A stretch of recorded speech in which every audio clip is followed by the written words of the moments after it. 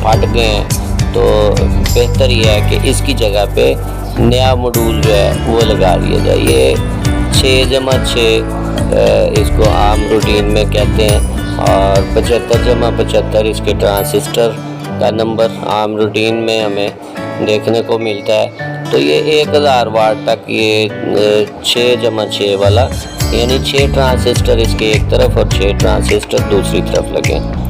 अब इसकी जगह पे ये नया मॉड्यूल 6/6 उसी तरह का।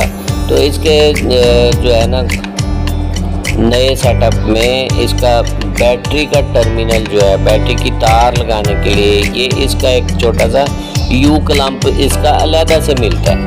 इसको निकाल के आप डिब्बे से या इसके साथ तो वैसे ही लगाया होता है, तो इसको हमने सोल्डरिंग करके पक्का कर देना है। जब ये अच्छे तरीके के साथ सोल्डरिंग हो जाएगा, और जो इसका प्रिंट है वो भी जिस जगह से सब ट्रांजिस्टर को वो लिंक करता है, एक कॉमन लाइन बनी होती है, उसको भी आप सोल्डरिंग कर लें, ताकि जो है वो मजबूती के साथ हमारी किट जो है वो देर तक चलती रहे। यू क्लैंप हमने सोल्डरिंग के साथ इसको मजबूत कर लिया।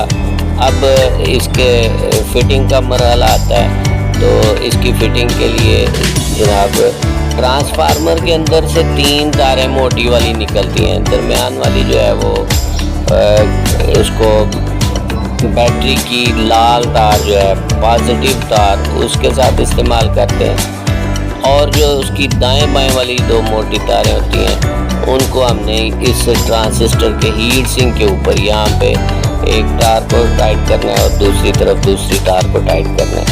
और सेंटर वाली आप देख लें कि ये सीधी बैटरी की तरफ को 12 वोल्ट वाली है। तो जब किट को भी हमने करंट 12 वोल्ट बैटरी का देना है, तो इसी जगह से जहाँ पे ये सेंटर वाली तार है, ये एक तार हम इसको सोल्डरिंग करके कनेक्ट कर देंगे।